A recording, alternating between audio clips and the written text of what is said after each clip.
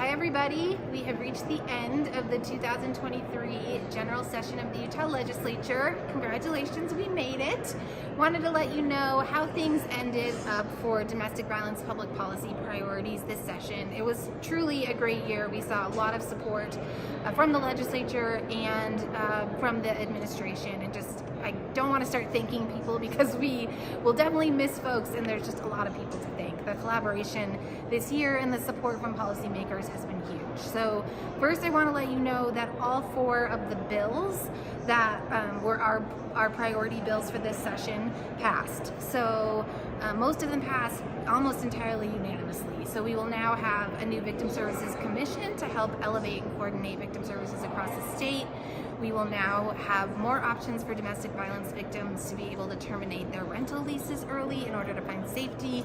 We will have more improved domestic violence data through a new task force that will start to look at those questions. And then we will also have mandatory lethality assessments used in law enforcement agencies across the state, and connecting high-risk survivors with shelters and other 24-hour services. So those are all huge steps forward in helping survivors stay safe and feel more empowered to heal in their lives. Now the news everyone's been waiting for.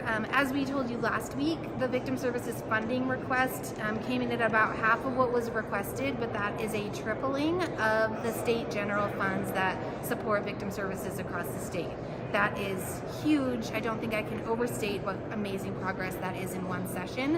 What that means for domestic violence shelters and service providers is that the funding they currently operate on from the state will double from $6 million to about $12 million every single year in an ongoing way.